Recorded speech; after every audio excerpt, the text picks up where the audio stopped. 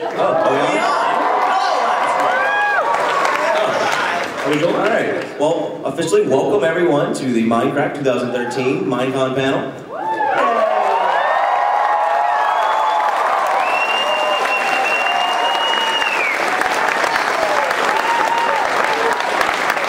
I am Guude. Welcome back, Sethbling here. Welcome back to the Mindcrack Panel. My name is B-double-O.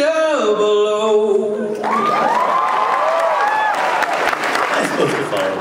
Yo, yo, yo, everybody. Generic B here. J019, J019. Hi guys, it's Badge. Hello, ladies and gentlemen. My name is Kurt. Good morning, Minecon IMC.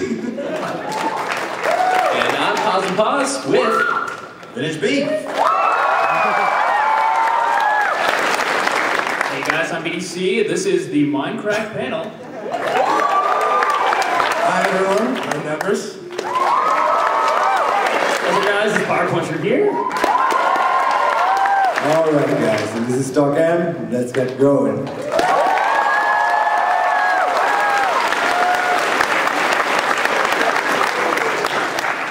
I'm sure most of you are familiar with Minecrack, but for anyone that's not, Minecrack is a Let's Play server. It was formed in October 2010. We just had our 3-year anniversary, and originally it was just a single-player series, and Season 2 started adding my friends, and then all these guys, and a bunch of jerks. Yeah, right, yeah, and Z-Sto. Friends and Z-Sto. Hey, Guude. Hey, Puff. I thought Etho made the server. Well, no, he just controls the whitelist, so if you want to get on, you got to talk to Etho in person. And you'll place me in person.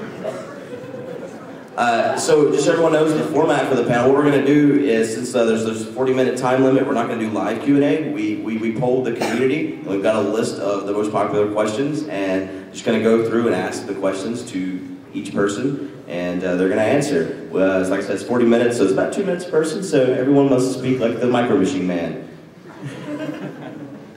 So I'm going to start with Seth here for the first question, and the question is, what changed your mind about joining Minecraft? Can you hear me? Oh wow. Alright. Yeah, so I've been friends with a lot of these guys for a long time, and I didn't join the Minecraft server for a long time, and I think there were a lot of people in the community wondering why. And so I did join recently, like about a month ago, and it's been really fun. So why did I change my mind? Basically, the deal was, I felt like if I get on the server and I make a couple episodes and decide it's really not for me, that I would be letting these guys down, and I really didn't want to do that.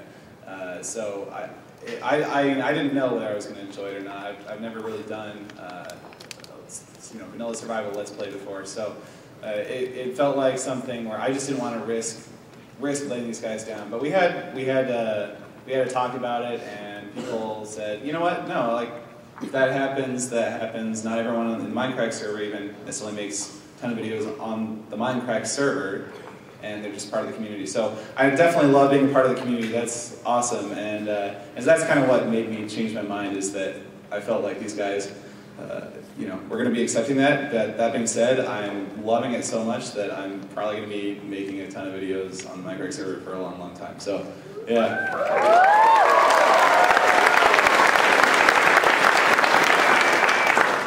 The next question is, whoa, holy crap. Right? Control your voice, Jason. The next question is for Kurt. What is going to be your reaction when you reach the Farlands? What is going to be my reaction when I reach the Farlands? I get this question quite a bit, and I don't know that people asking realize how monumental a task it is. There have been many people who have been doing calculations. It's supposed to take 820 hours if you walk in a straight line on a super flat world to reach the Farlands.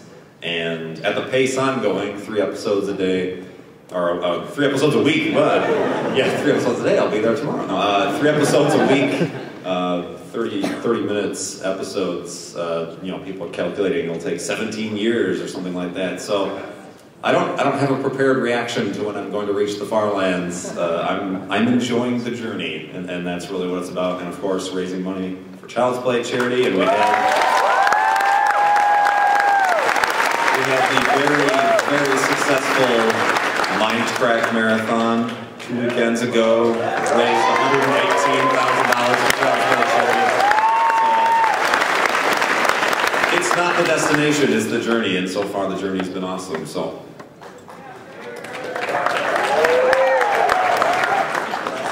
All right, next question's for Jay Sano. How do you balance being a YouTuber and a firefighter?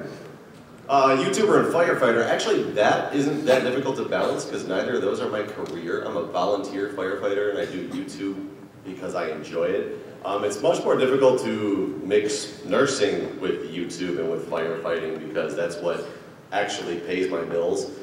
But I guess it really comes down to desire. I want to be a firefighter. I want to be, you know, make videos for YouTube. So when you have the desire and the drive, you're going to make things work however they're going to work. So if you just want to do something, you're going to make it happen. So.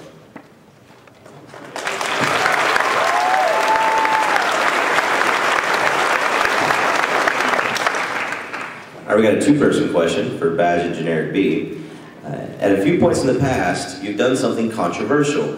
Do you get hateful comments and dislikes on your videos? How does this affect you and your attitude regarding video making? Does it ever put you off doing the admittedly funny and entertaining things that get you the negative feedback? And what about your own well-being? I'd imagine it'd be hard to do what you do despite the hate you get sometimes. First It's a really long question. How do we follow Superman here? Anything we say is going to be true. It's very difficult. A lot of people don't realise that we are obviously all friends, and there is some role play, certainly in generic side of things, and you know, we do sometimes have minor trysts, but most of the time we are just playing around. So anything that is spiteful between us on camera generally isn't. So it is quite upsetting when people start coming on and calling you very insulting names. And it can affect. A lot of us do it because the good comments we get are heartwarming, and you feel that you're doing a service to some people. Some people are finding it very genuinely helpful. So that's what keeps us going. And then when you get these other ones coming in that say negative things, they tend to hit you a lot harder. Certainly my point of view anyway. So you want to add to that? So to quote my favorite internet rapper, Riff Raff, when it comes to hateful words, I got skin like a rhinoceros, right? So, no, actually when I do role play, and when I say role play, it's really, I'm a character, I'm really not an old man, well, I'm not a, you know, baldy man with one tooth, right? I love playing a character on the server. Yeah, I will eventually, right? But I like stirring the pot a little bit. I've been like that since I was a kid, and I love the reaction it gets. I don't see it as a negative reaction. When you watch a movie, like any of the, you know, superhero movies that are out there, you got the good guy, but if there wasn't a villain, so to speak, the good guy would just be sitting there watching TV or something, and that's no good, right? But then on top of it, even though it's, you know, I kind of have that trickster, like, you know, kind of bad guy on the surface, underneath it's just to interact with my friends, you know. So we did the B-Team Realty, and you know, and that resulted in a collab with Pyro, a collab with MC Gamer, with the Videozen, you know, and that wouldn't have happened if I weren't playing a bad guy. I realize I've got a lot of people who believe I have a pet giraffe, so they'll believe anything. And so it's, you know, I'll get the hateful comments, but I don't mind because I know they're being entertained.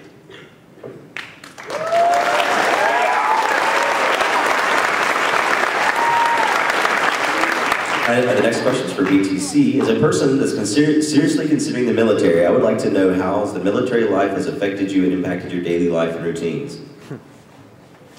Okay. Well, for those that don't know, I was in the Army for 8 years, and I was deployed, so it's...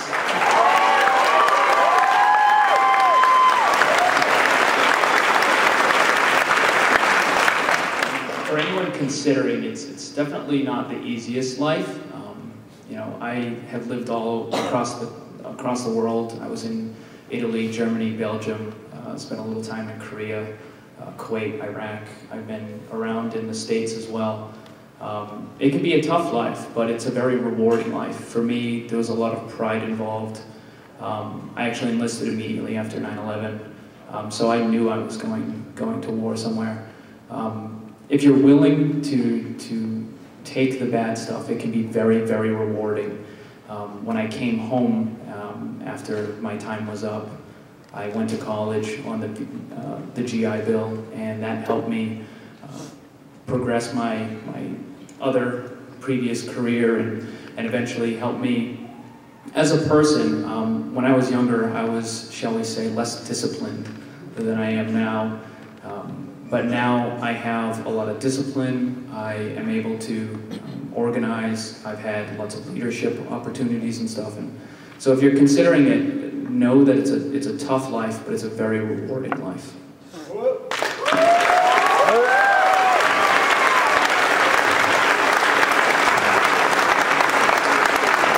All right, next up, B-double-O. Have you tried to interest some family members or a close friend, girlfriend, wife to participate in your YouTube episodes? And Yes. so, what was their reaction? Oh, yes, I did. Yeah, he's answering really quick. Yes, yes, I did, and it was fine. Goodbye. Yeah. So I did one video with my wife a while ago. Stage left, right, front, and yeah, baby girl, come on now. And it went really well. People liked it. It was good, and she's a little bit camera shy, just a little bit. Like she'd be having fun, you know, with partying and stuff. I'd turn the camera on, just. So we're working on it though. I'm training her every day, you know, middle of the day, camera, hi. So working on it. We'll get her. Did I answer that question? Was that the question? That was the question. Okay, so yeah, maybe one day I'll get my wife and myself, and we'll be doing like a series together. Would we like that? Would that be cool? Yeah, she's really bad at video games. Will it be the Boys and Girlfriends UHC? Yeah, she would be in that for sure. Yes, absolutely. Yeah, start training now. What about B-double Olive? You forgot about B-double Olive. That was with your friend, B-double Olive, remember? Oh, right, I did do something with my friend on my old channel, B-double-O Live, or as we endearingly call it, B-double Olive. And that didn't go so well, so we forget that one. The next question is for MC. You play a lot of Minecraft. How do you prevent yourself from burning out?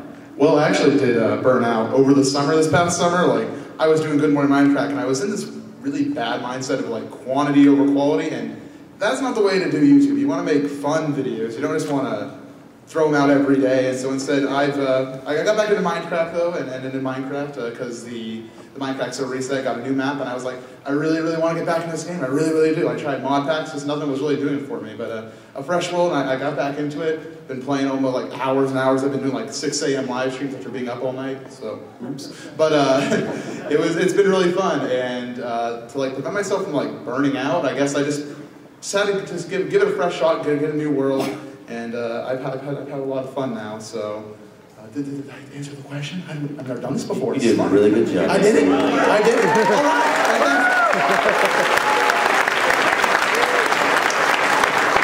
right. All right, this one's for Doc M and Z-Stowe. What single video series that you've produced would you say most helped catapult your YouTube career the most? I'd have to say Super Hostile.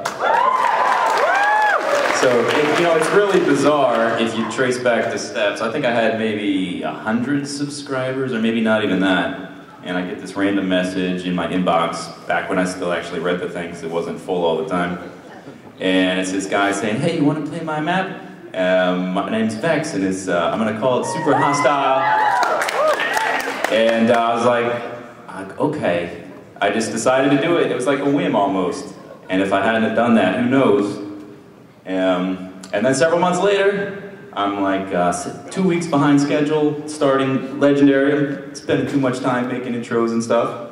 And I go to see some of the videos, and there's these two clowns dying every 30 seconds. And that's how we met. Yeah, I messaged him because someone said, you got to check out this guy Zisto that's doing Legendary as well. And so I sent a message and I was like, we've been watching your stuff. We should box for box. Like, that's how it went. That's right. So if it's one random step. If I hadn't have said yes that I'll play that map, I might not even be here. So yeah, it's pretty amazing.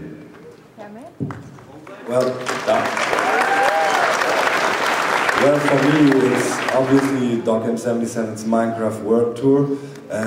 This is how my channel started, and of course the World Tour is still running. A lot of things happened, of course, since that, and yes, things evolved around it, but that is the core of me, like just playing Minecraft, trying to go to the max in survival Minecraft, and then, I mean, when you met the guys of the Mindcrack server, you were able to take it to the next level, you know, and yeah, do this together, which is pretty awesome. And then, yeah, things evolve from it. The Zip Crowd guys were taking it to the next level when it comes down to craziness in projects.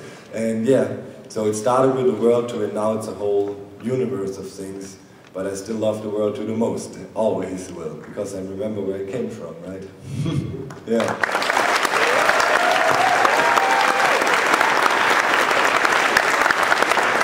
This one's for Pause and Nebris. Obviously you spend a lot of time recording and editing videos, so how much time would you say that you spend playing video games purely for fun? Do you find yourself with less desire to play video games with your free time because it's your job?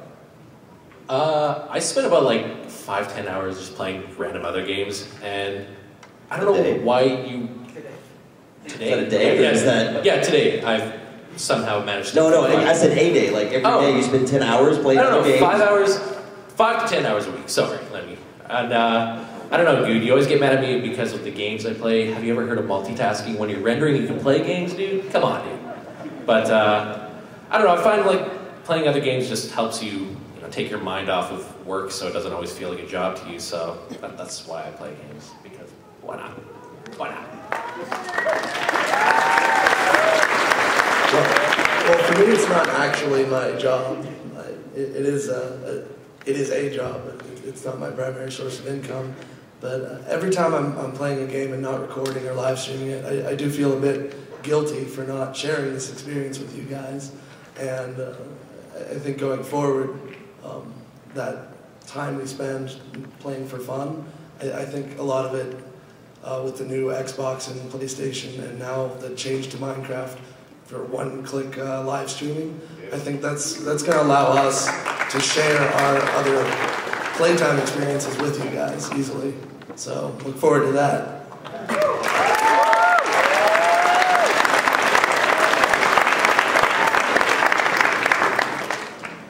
This one's for MC and Pyro. I guess Pyro hasn't answered one yet too, so Pyro first. Has your YouTube experience made you more mature? Any life lessons that you've learned? What can I say? First off, can I wish my mom a happy birthday? If you're watching this, happy birthday, Mom. She's 42, I think.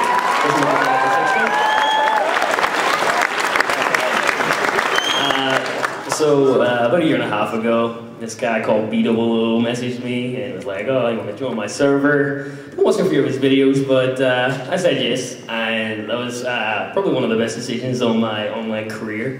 You get thrusted into this big environment with peers that are 10, 15 years older than you, and it's honestly amazing. But you wouldn't even think of this outside of the real world. So for me, it's been a real gain in terms of surrounding myself with these guys because they have so much more life experience. You're the daddy, dog. You're the daddy.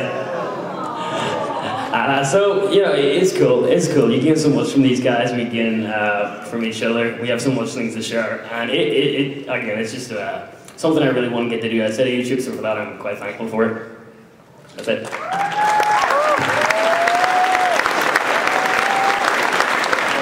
So, in addition to all these guys, because these guys are pretty darn cool, they've helped quite a bit with figuring out YouTube, because I did YouTube back when I was like 12, and I made like live action skits, and they were really bad. They were not good. But, so eventually I started doing like YouTube, and I got all the comments, you know, some of them were really bad. They were like, oh, I hate you so much, and I'm like, I'm just playing video games, man.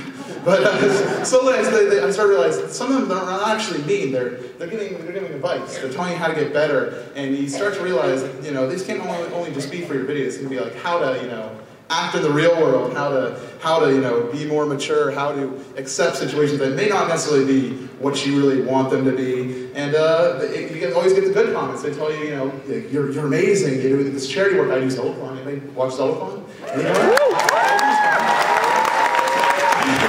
And it's just amazing how much, you know, the bad comments can help and the good comments can help. Some of those are really bad. We gotta get rid of them. What's going on? But yeah, it's a lot of fun. And I've definitely from age 12 with making these stupid videos to I'm now 20 and, you know, having fun making Minecraft videos and video games. And it's really worked. So thank you to all of you guys too.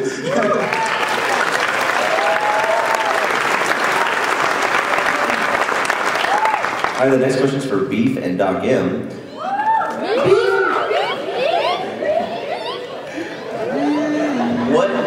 What has got every member of Mindcrack started? Wait, what has got? This is not typed. I should have proved You're this. having a stroke again. What has got every member in Mindcrack starting and making YouTube videos? What got me into starting? Yes. What got you? Yes. Well, I started. I didn't even know about the game. I started my YouTube channel is obviously based on Minecraft. I didn't even know about the game until I just randomly stumbled upon X's video. Man, that was great. I went back and watched all of his videos, and then I started watching a little bit of Scenanners, but it's not until I saw 3 specific people. One of them was Guude. The other one was actually Anders, who's also on the server now. And the other one was Co-Star, who was... So when I saw those guys, how much fun they were having, I thought, I'd love to do that. And then I saw Guude play, and he was just like, if that guy can do it, I can definitely do it. But no, it was great. We actually had similar play styles, and I thought, you know, that's a great idea. I want to share my experiences with people. It's a lot easier to stay interested in Minecraft if other people are watching you. You know, you can interact with people, and they can see what you've done and ask what they've done and get ideas in turn. So that's what got me started. Mainly Guude, Anders, and Cope, who's not here right now.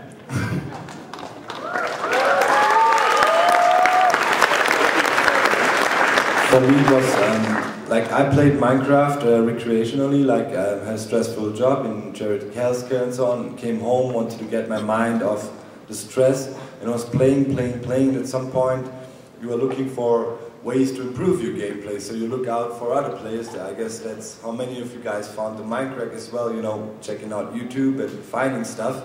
And yeah, also I watched Co-Star, like Coast Quest, X Adventures in Minecraft. I mean, and all these classic scenarios as well. Also Porsos Jr. for example. And, yeah, guys like that, and many others that by now actually even stopped doing Minecraft videos, which is really sad actually, but yeah.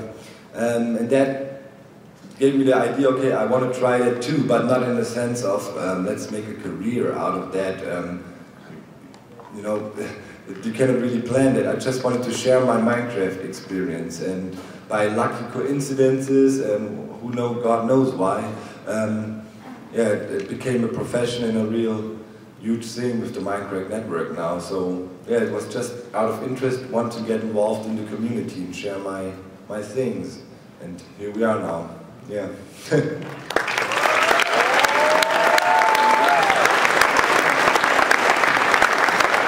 Alright, for Generic B and Pyro, you consider yourself a role model. Do you do anything to attempt to be a better role model for your audience? You want to go first, Pyro? Do you want to go first? You want to go first? You want to go first? See, we're being polite. These guys are great role models. I'll go first as the camera's on me. Yeah, so when I was growing up, I sat and watched Mr. Rogers like every day.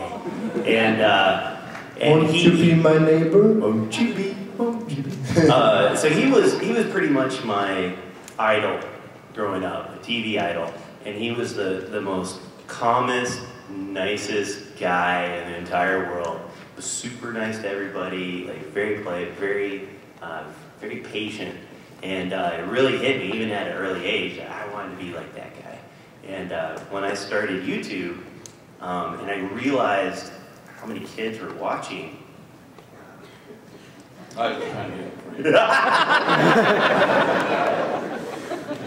Wait, when I realized how many kids were watching, I said, you know what, I gotta,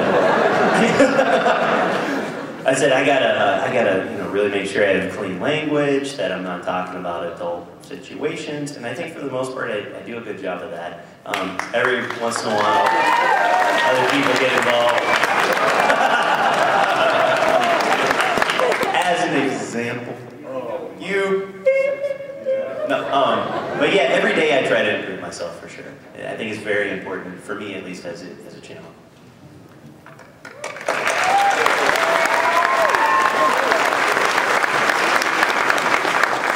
So for me, I've been doing this YouTube thing for about 5 years now, and just getting into it for a sort of hobby and mess about my friends.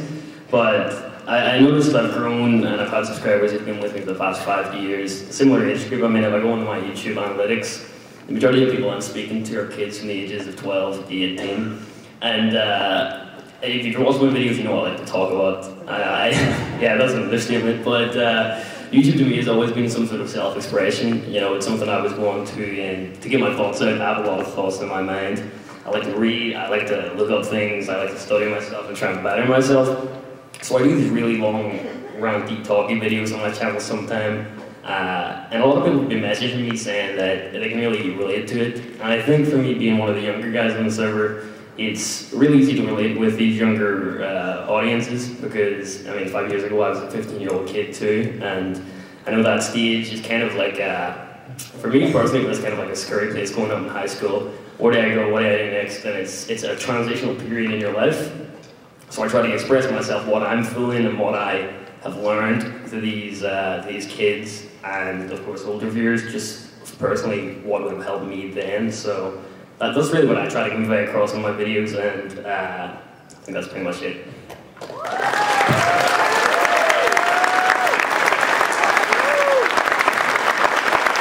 Alright, for Pause, B-double-O, and Beef, how did your family... You can't say Beef in the stupid album.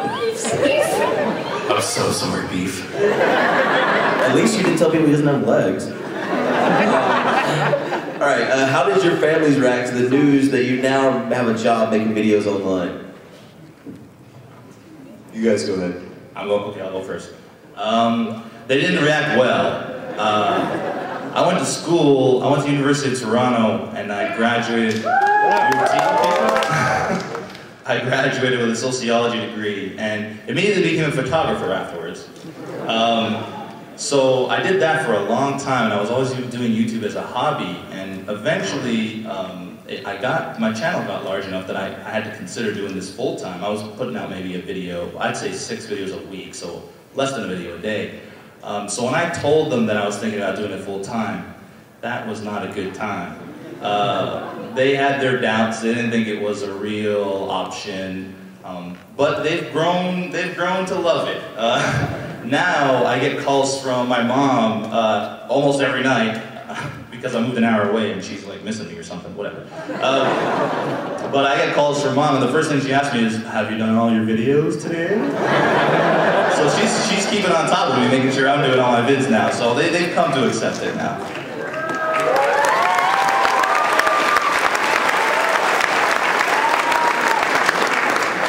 So for me, it was a little bit strange just because, I mean, my parents, you know, when I was a young age, they're like, oh, you gotta stop playing video games, you're not gonna get anywhere in your life just by sitting there playing video games. So when I initially told them I had to take them out for coffee, and I told them that, and they honestly thought I was like sick or dying or something, because I was like, Mom, Dad, I want to take you out for coffee, I want to go talk to you about something. Then I broke the news, and then they were happy about it, but at the same time they were just making sure, you know, that I was okay, I was well off, I was saving and all this. So aside from that, you know, they're okay with it. I think it's a little bit easier now for them to understand that it's a legitimate job now. So.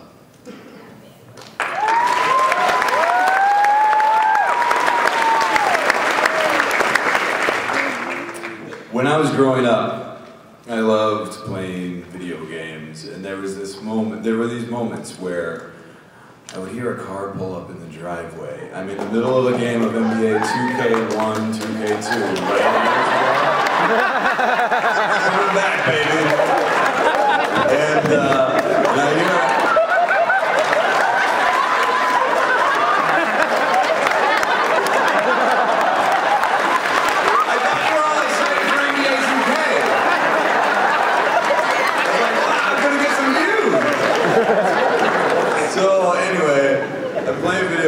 I hear a car pull up in the driveway, and I'm like, okay, maybe I was just a fluke. Maybe the furnace turned on. And then the door opens, and I would get up, and I would run to my bedroom as fast as possible, turn off the video game, because my parents, yes, pause, I relate, and leave, they don't like it. Parents have not liked video games. You're wasting your time. You're giving yourself eye cancer, right? So bad, right? And so I did this thing as a hobby. My dad had a business. We were general contractors, and I was going to be inheriting that business, hopefully. And that was a tough business. It was really hard, and I did it for 8 years. But I did it for Dad, you know. He had it all planned out, so I wanted to do it. And I was scared to death to tell him when it came to the point to where I was like, I've got friends on the internet, and I want to talk to them every day. And I was terrified. I expected my dad to be pretty mad. And I haven't told anybody this. I'm not going to tell anybody on videos or anything, but I told him that. I said, Dad, I think I'm going to have to stop. And I think I'm going to have to do this YouTube thing. And looking at him, saw tears in his eyes. And my dad doesn't cry. That doesn't happen. And he was like, yeah, you do. You really do have to do that. And then I didn't cry! But yeah, it was an emotional time. It was an emotional experience. But man, just like you guys, the parents are going to support, you know, if they know you're doing something you love. So thank you, moms and dads.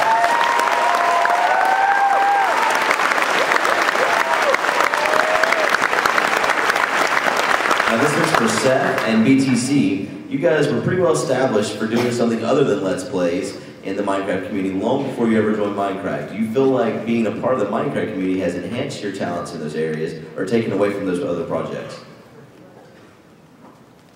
I guess I'll go first. It's hard to say so far. I've only been on the Minecraft server for about a month. And so far, I've been focusing so hard on my Minecraft that I haven't really put out too much of my traditional creative content with redstone and command blocks. And that's how it works. And it's going to be, moving forward, it's going to be interesting to find the balance between survival and creative. I still love doing creative stuff. I'm really kind of getting re-addicted to Minecraft with the survival too. So yeah, it's going to be really tough to find the balance. I don't feel like I have enough time in the day. I wish there were, 48 hours in the day so I can do everything I wanted. So yeah, it's just tough going forward.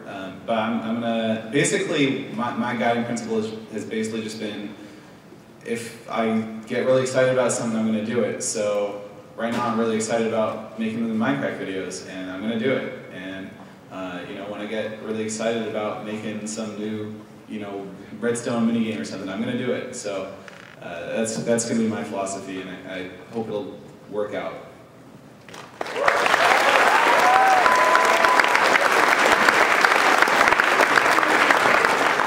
Alright, so when I first got into Minecraft, I wanted to make custom maps, and anybody play Kingdom of the Sky 1 or 2? when I was growing up, I wanted to make games for a living, and ironically now I play them for a living. So pretty good upgrade, I guess. And making custom maps was something that allowed me to tell the stories that I wanted to when I was a kid. And LPing on a Minecraft server is wildly, wildly different from what I originally got into Minecraft for. I would watch people play my maps and then die and I would laugh, but I never myself actually really played the maps. However, now as a part of this team, Mindcrack, it has allowed me to reach a larger audience and tell my stories to more people. And everybody has one of those cards, right? If you look on the back of that card. There is a custom map that was made specifically for Minecon, and it features the voices of all these incredibly talented gentlemen up here. It's in the map, so when you're playing, like, they will talk to you, and all the little jokes and all the other good stuff. You can find Beef's legs as a rare item.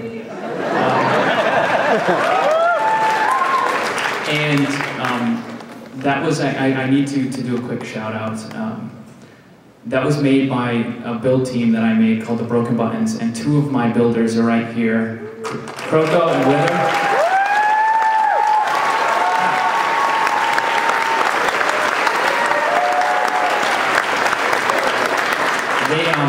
They poke fun at me, like I'm the owner of the team, but they say all I do is provide moral support.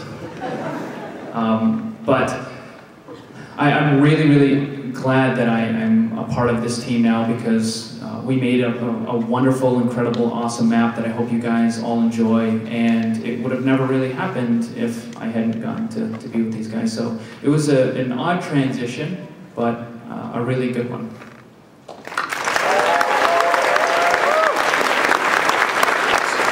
So when can we expect Kingdom of the Sky 3? Soon. We're almost out of time. Oh, sorry, going down? When it's done, right? Right. That's what you say. Well, if you want to join my build team and help me make it, you can go to blinkencontroller.com. Just say. Yeah, we're running out of time, so we've got just a couple more. One of the short one here is they want Zisto to do an impression of another Minecracker. I do very minimalistic impressions. I like to refine it to just one little tick that they like to do. So I only really do two. I can do the hello guys, but everybody does hello guys. So Beef all the time, he likes to say, okay, okay. And then the other one, and we can have a conversation between the two, is Generic B, likes to say, right, right, okay, right. Oh, okay, right? You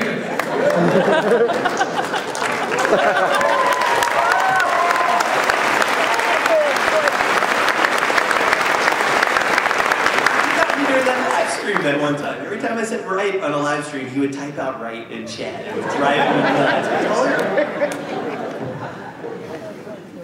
I'm gonna take the last one here, and it's what are the plans for the future of Minecraft?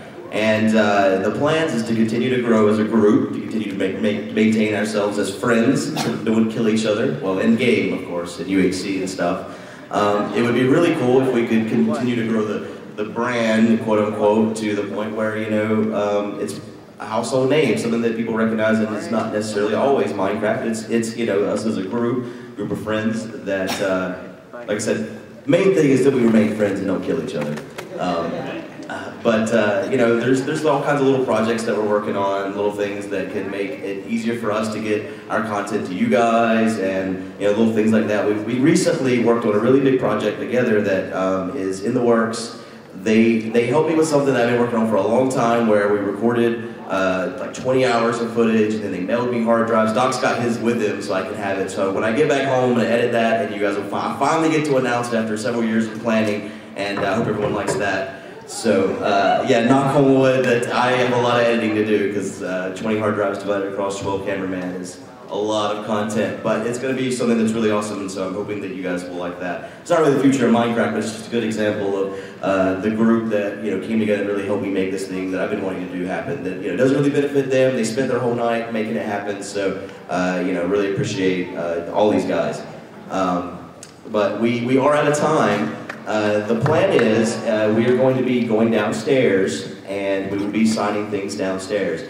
So if you go out to the escalators and you go down to the first floor and then you turn right by the food court, that's where we'll be. But we appreciate everyone being here. Don't let anybody rush out. Don't conversation. Don't rush. Everybody take your time. Everybody that